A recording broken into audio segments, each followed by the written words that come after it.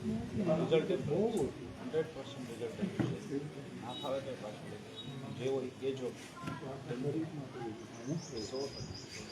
કહેજો, જે હોય કહેજો. પ્રયત્ન છે એને પણ પૂરાનો નંબર છે ને આમાં કરશો ને ફટાફટ તમારી વાત થઈ જશે. મારા સુધી તરત મેસેજ આપે પહોંચાડી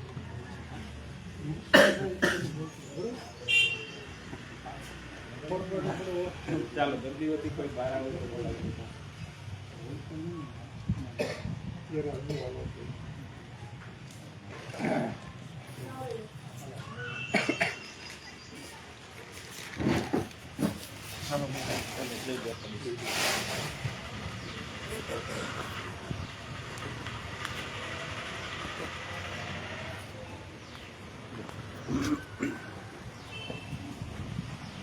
કોઈ બહાર આવે તો બોલાવી.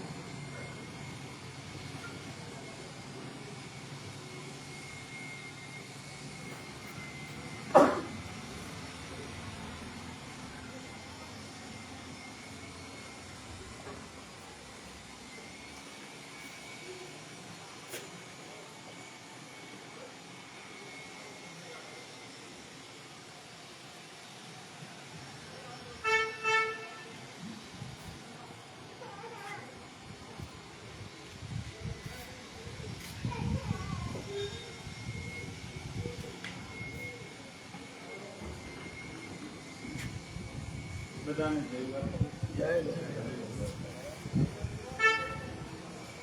અમૃત પુષ્પ દ્વારકા મુખ્ય સંશોધન કેન્દ્ર, સંશોધક શ્રી દિનેશભાઈ વિઠાણી, સંશોધક શ્રી નીલાબેન વિઠાણી.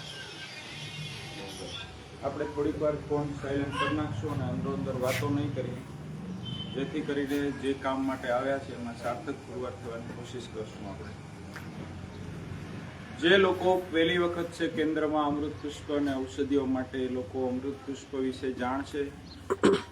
અમૃત પુષ્પ શું છે, ઉપયોગ કઈ રીતે કરવો અને શું પરેજી પાડવી. અમૃત પુષ્પ કોઈ એક તકલીફ માટેની ઔષધિ નથી. શરીરની અલગ અલગ બીમારીઓને અનુલક્ષીને આપણે ઘરગથ્થુ પ્રયોગો, બાહ્ય ઔષધિઓ, શાસ્ત્રોક્ત પ્રોડક્ટો, અલગ અલગ પ્રકારના આપણે ઉપચારો સાથે આપીએ છીએ. પણ દરેક બીમારીઓમાં અમૃત પુષ્પ કામ કરે છે. કેમ? અમૃત પુષ્પ એક વરસાદના પાણીથી તૈયાર થયેલ આયુર્વેદિક ઔષધીય હર્બલ ઉકાળો છે, જે આપણા શરીરમાં પગના નખથી લઈને માથાના વાળ સુધી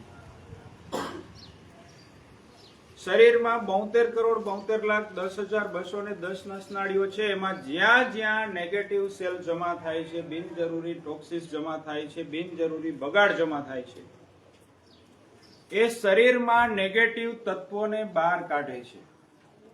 બિનજરૂરી જમા થયેલા ટોક્સિસને બહાર કાઢી સંપૂર્ણ બોડીના બ્લડ સેલને રીજનરેટ કરી અને આખા બોડીનું વાતપિત્ત કફનું બેલેન્સ જાળવે છે. પણ રિઝલ્ટો ક્યારે મળે છે કે આપણે ચુસ્ત પરેજી સાથે કોર્સ કરીએ તો. એટલે જ્યાં સુધી કોર્સ ચાલુ હોય ત્યાં સુધી ખાસ પરેજીમાં ધ્યાન આપવું ખૂબ જ જરૂરી છે.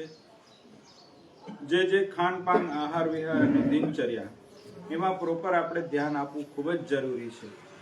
પરેજીમાં ચૂક થાય તો અમારા પ્રયોગોથી રિઝલ્ટો મળતા નથી અને કોઈ પણ પ્રકારની આડઅસર પણ નથી.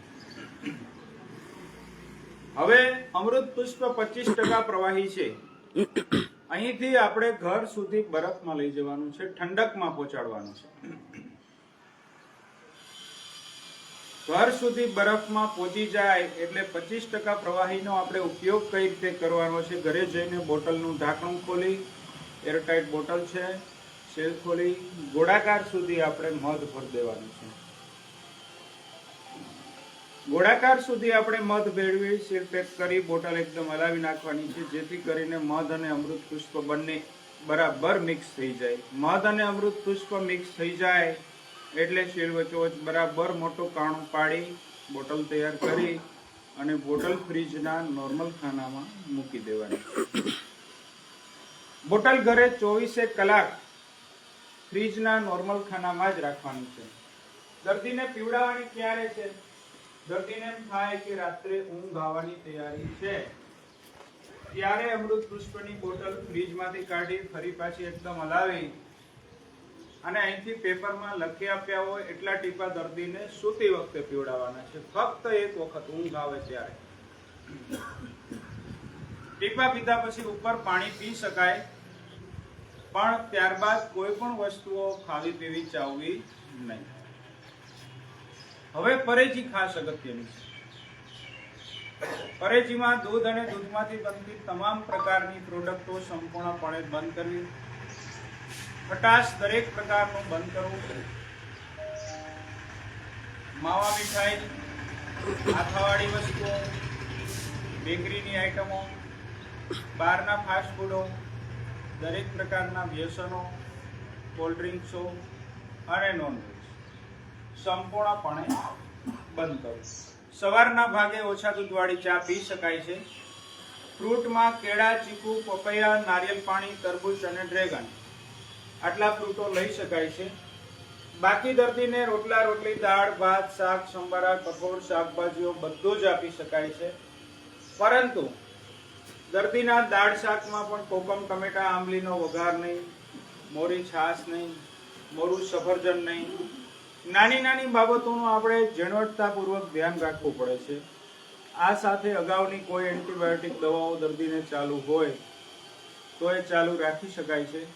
અમારો કોર્સ ચાલુ હોય દરમિયાન કોઈ દર્દીને નાની મોટી ફરિયાદો જણાય તો ચાલુ કોર્સ સાથે પણ સ્થાનિકે તમે એન્ટીબાયોટિક દવાનો સહારો લઈ શકો છો. એ બાબતે આપ સ્વતંત્ર છો.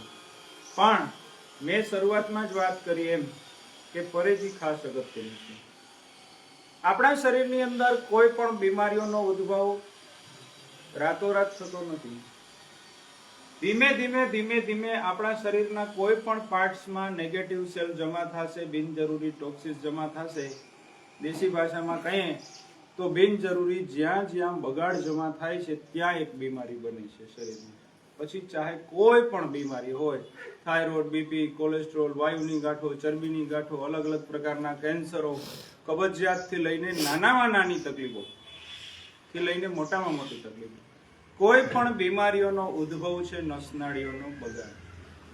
એટલે અમૃત પુષ્પના સંશોધક શ્રી દિનેશભાઈ વિઠલાણીનું એક જ લક્ષ્ય હતો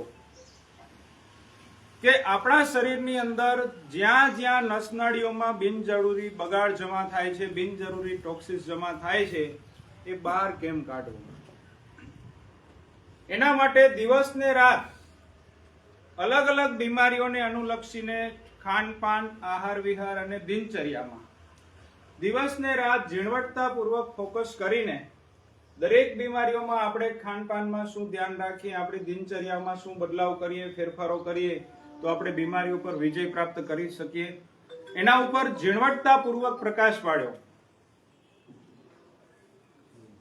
અને અલગ અલગ ઔષધિઓ, અમૃત પુષ્પ વિશે ઝીણવટતાપૂર્વક પ્રયોગ કરવાનો આપણે સૂચવ્યું.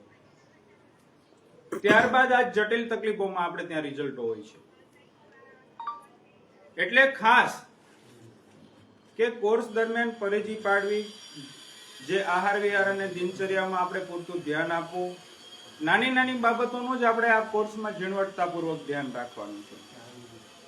એટલે ખાસ કે કોર્સ દરમિયાન પરેજીમાં ચૂક ન કરવી, ઝીણામાં ઝીણી બાબતો તમને જણાવવામાં આવે છે એનું ધ્યાન રાખવું ખૂબ જ જરૂરી છે.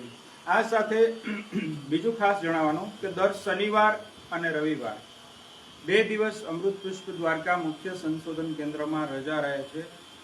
ઘણા બધા લોકો શનિવાર અને રવિવારમાં આવી જાય છે, એમાંય ખાસ કરીને જૂના પેશન્ટો અમારા જે ઘણા સમયથી આવે છે એવા લોકો પણ આવી જાય છે. એટલે ખાસ બધાને નમ્ર નિવેદન છે કે શનિવાર અને રવિવારમાં ધક્કો ના ખાશો, શરમાવશો નહીં.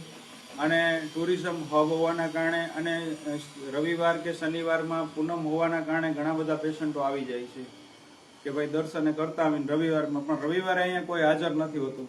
જેમ તમારે શેડ્યુલ હોય છે એમ અમારે પણ કંઈક શેડ્યુલ ગોઠવાયેલા હોય છે. એટલે પ્લીઝ બધાને ખાસ વિનંતી છે કે ઘણા બધા લોકોના મને ફોન મેસેજીસ આવે છે કે શનિ રવિમાં, પણ શનિ રવિમાં ખાસ કોઈએ શરમાવશો નહીં. અહીંયા કેન્દ્રએ ધક્કો ન ખાશો. નવા પેશન્ટ, જૂના પેશન્ટ કોઈને ના મોકલશો. સોમવારથી શુક્રવાર દરમિયાન અમારું કેન્દ્ર સવારે આ સમયથી કાર્યરત થઈ જ જાય છે. એટલે આપ આવી શકો છો.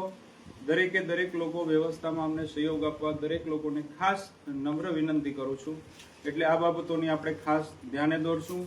સોમવારથી શુક્રવાર દરમિયાન જલારામ મંદિર પાછળ રઘુવંશી આવાસની સામે અમૃત પુષ્પ સંશોધક સ્વશ્રી દિનેશભાઈ વિટાણીના કેન્દ્ર પરથી જ રાબેતા મુજબ અમૃત પુષ્પ અને ઔષધિઓનું વિતરણ થાય છે.